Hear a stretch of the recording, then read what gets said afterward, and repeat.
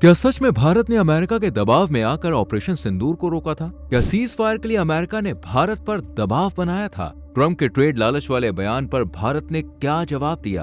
और अब क्यों अपनी गलती समझ रहा है अमेरिका? ऐसा क्या हुआ 8 जुलाई को जो भारत के ट्रोलर्स की बोलती बंद हो गई? क्या आप जानते हैं कि ऑपरेशन सिंदूर पर पाकिस्तानी मीडिया की बातें आपको हंसने पर मजबूर कर सकती हैं? चलिए इन सभी सवालों की गुत्थी सुलझाते हैं, लेकिन इसके लिए वीडियो में लास्ट तक बने रहना बहुत जरूरी है बॉस। 7 से 8 मई 2025 ये वो रात थी जब पूरा भारत गहरी नींद में था और पड़ोसी मुल्क पाकिस्तान में बैठे आतंक के आका भी चैन की नींद सो रहे थे। लेकिन भारतीय सेना बदले की आग में झुलस रही थी और सरहद पर उन आतंकियों को ढेर करने की तैयारी कर रही थी जिन्हें बिहार की धरती से पीएम नरेंद्र मोदी पहले ही धमका चुके थे। पीएम मोदी के शब्दों में दर्द है और गुस्सा भी, और ये गुस्सा है 22 अप्रैल 2025 को हुए पहलगाम अटैक को लेकर, जब आतंकवादियों ने जम्मू कश्मीर के पहलगाम में बैसरन घाटी में घूमने गए निहत्थे और बेकसूर लोगों को अपनी बंदूक की गोलियों का निशाना बना लिया। किसी का सुहाग उजड़ा तो किसी का बेटा छीन लिया, किसी की राखी कलाई का इंतजार करती रह गई तो कोई अपने पिता की आवाज सुनने के लिए तरस गया।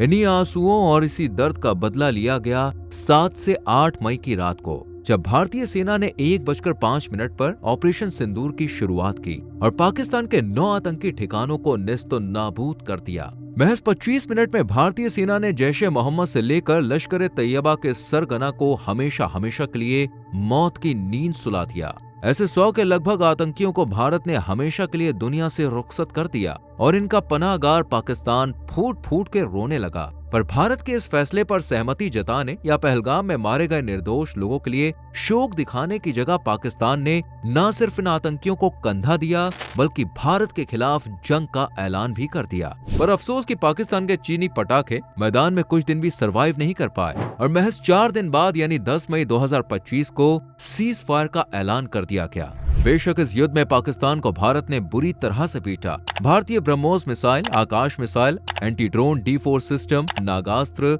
S-400 एयर डिफेंस तमाम हथियारों ने पाकिस्तानी जेट-एनसी jet, GF-17, wing long second और CH-4 ड्रोन्स को बड़ी आसानी से ध्वस्त कर दिया। लेकिन फिर भी पाकिस्तानी मीडिया के अनुसार जीत उनकी हुई है। आप भी सुनिए। अल्हम्दुलिल्लाह पाकिस्तान जीत गया, पाकिस्तान जीत गया, पाकिस्तान जीत गया, पाकिस्तान जीत। ये तस्वीरें पाकिस्तान की मीडिया की है जो ऑपरेशन सिंदूर को जीतने का दावा कर रही थी। और तो और यहाँ की आवाम से लेकर पाकिस्तानी प्राइम मिनिस्टर शहबाज शरीफ ने भी जीत का ऐलान कर अपनी सेना को बधाइयां और शाबाशी तक दे डाली। अब हमारा सवाल पाकिस्तानी मीडिया और शहबाज शरीफ से भी है कि अगर पाकिस्तान सच में जीता है तो फिर इंडियंस वैली ट्वीट अभी तक बहाल क्यों नहीं हुई है? खैर इस सवाल का जवाब हमें देने की जरूरत ही नहीं है, क्योंकि कुछ जागरूक और सही बात करने वाले पाकिस्तानियों ने ही अपनी मीडिया और शहबाज शरीफ साहब को ट्रोल करते हुए हकीकत जाहिर की है। मतलब जीत किसकी हुई है और किसकी हार ये हर कोई जानता है, लेकिन पाकिस्तानी मीडिया का प्रोपेगेंडा फैलाने का जो पुराना कारोबार है वो उसने इस बार भी जारी रखा। वहीं कुछ ऐसे भी चैनल्स, क्रिएटर्स और लोग रहे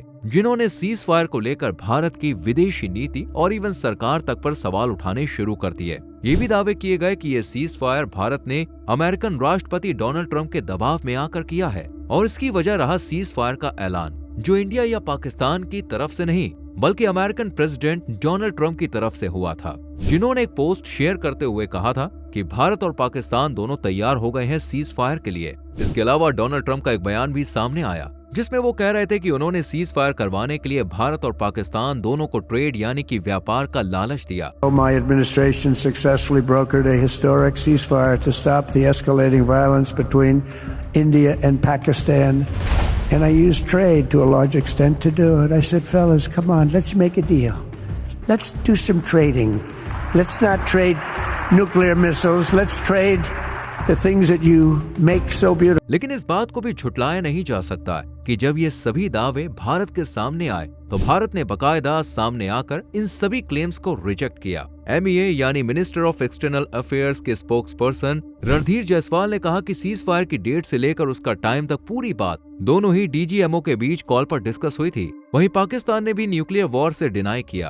और रही बात ट्रेड यानी व्यापार की, तो भारत ने साफ शब्दों में कहा कि ना तो वो अमेरिका के दबाव में है और ना ही रहेगा। इवन भारत के प्रधानमंत्री नरेंद्र मोदी ने भी कहा कि उन्होंने किसी दबाव में आकर सीज फायर नहीं किया है। हाँ, वो बात अलग है कि पीएम मोदी ने जिस हिसाब से डोनाल्ड ट्रंप की अगुवाई में अमेरिका को अपना दोस्त बताया था, अमेरिका के भारत में साथ होने की उम्मीद की थी, वो उम्मीदें इस युद्ध में टूट गईं। और भारत को इतना भी समझ में आ गया कि उसे ऐसी जंगें अकेले ही लड़नी होंगी। हालांकि वो अकेले भी कितना मजबूत है ये हम सब ऑपरेशन सिंदूर में देख चुके हैं। रही बात डोनाल्ड ट्रंप की, तो उनके कुछ बयान इस पूरे टाइम पीरियड में भारत के लिए अनबिलीवेबल रहे, जैसे कि ये वाला बयान।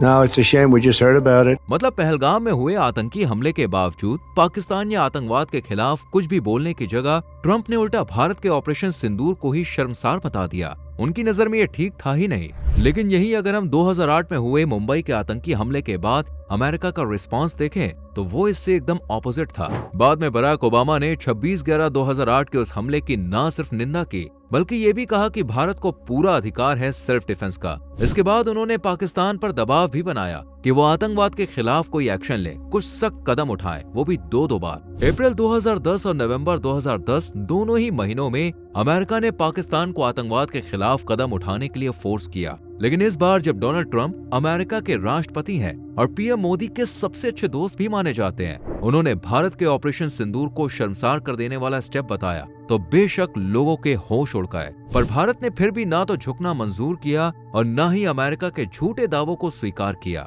और अगर व्यापार की बात करें तो भारत ने उल्टा अमेरिका से लगने वाले टैरिफ को लेकर अमेरिका पर ही प्रेशर बनाना शुरू कर दिया। आप सभी को याद होगा कि डोनाल्ड ट्रंप ने राष्ट्रपति पद की शपथ लेने के बाद ही नई टैरिफ नीति को लागू करने का मन बना लिया था, जिसमें दुनिया भर के देशों के साथ साथ भारत का नाम भी शामिल था। ट्रंप ने भारत पर 27% टैरिफ लगाने का फैसला किया था और कहा था कि अमेरिकी सामान पर भारत ज्यादा टैक्स वसूल करता है, इसलिए वो भी भारत से ज्यादा टैक्स वसूलेंगे ताकि व्यापार घाटे को कम किया जा सके और मैन्युफैक्चरिंग को बढ़ावा देकर अमेरिकन इकोनॉमी को स्टेबल किया जा सके।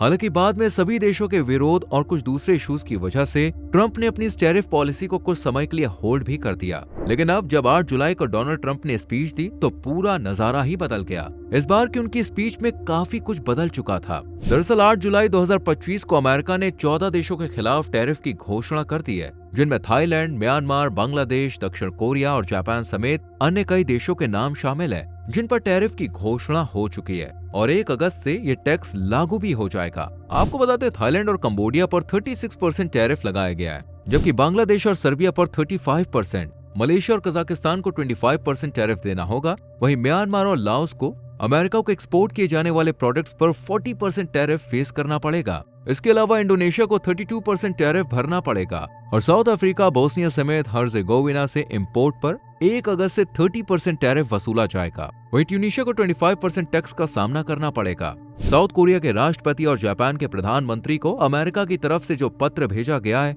उसमें ट्रंप ने कहा है कि साउथ कोरिया और जापान को 1 अगस्त से 25% टैरिफ का सामना करना पड़ेगा। मतलब किसी भी देश पर लगा टैरिफ 25% से तो नीचे है ही नहीं। और इसके बाद भी अमेरिका की तरफ से इन देशों को यह धमकी दी गई है कि अगर ये लोग अमेरिकन प्रोडक्ट्स के इंपोर्ट पर पैसे बढ़ाने का फैसला करते हैं तो वो टैरिफ में उतनी ही दर के साथ बढ़ोतरी कर देंगे। वही बात भारत की करें तो इन देशों में अमेरिका ने भारत का नाम भी नहीं लिया। उल्टा डोनाल्ड ट्रंप ने 7 जुलाई 2025 को ही कह दिया था कि वो भारत के साथ व्यापार समझौते पर पहुंचने के करीब है, यानी अमेरिका भारत के साथ व्यापारिक समझौता करना चाहता है जबकि बाकी देशों पर टैक्स लगा रहा है। इससे ये तो साफ है कि उभरते हुए भारत की असली तस्वीर अमेरिका को दिखाई दे रही है। इसलिए आज इंटरनेशनल मार्केट में चाहे एप्पल का भारत में मैन्युफैक्चरिंग प्लांट लगाना हो या फिर टेस्ला का शोरूम खोलना हो, आज हर बड़ी कंपनी भारतीय बाजार की तरफ नजरें गड़ाए बैठी है और एक आवाज पर वो भारत में एंट्री लेने को तैयार है। अमेरिका को भी कहीं न कहीं ये बात समझ में आ गई है कि भारत को किसी के साथ की जरूरत नहीं है, लेकिन हाँ, अगर भारत का साथ मिला तो दूसरे देश जरूर मजबूत हो सकते हैं। शायद इसलिए डोनाल्ड ट्रंप, जो कुछ समय पहले तो ऑपरेशन सिंदूर की तौहीन कर रहे थे, उसके खिलाफ बोल रहे थे, अब उन्होंने भी माना है कि ऑपरेशन सिंदूर में भारत की जीत हुई थी, ना कि पाकिस्तान की। हालांकि बयान भले ही ना दिया हो, पर हाव भाव और बातों से इतना तो पता चलता है कि कौन क्या सोच रहा है। इसलिए जो लोग ये सोच के बैठे हैं कि भारत ने दबाव में आकर या अमेरिका के साथ व्यापारिक संबंध के लालच में सीज फायर किया था, उन्हें अपनी सोच जरा सी बदल लेनी चाहिए। बाकी आपकी राय क्या है इस पूरे मैटर पर, डोनाल्ड ट्रंप पर? कमेंट में जरूर लिखें। वीडियो पसंद आई हो तो लाइक और शेयर करके चैनल को सब्सक्राइब करें और बेल आइकॉन प्रेस करें, जिससे आने वाली वीडियोस मिस ना हो।